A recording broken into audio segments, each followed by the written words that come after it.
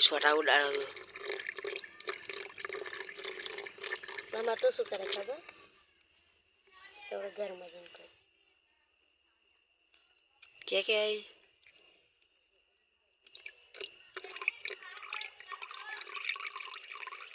બસ ફેરવજી પીલફા ફેરવ ટોટા પીલફા કે નહીં બાફા મેળ દે થોડી વાર આખું તા આખું ના જુ અડધું મેળવાનું છે આવો આવો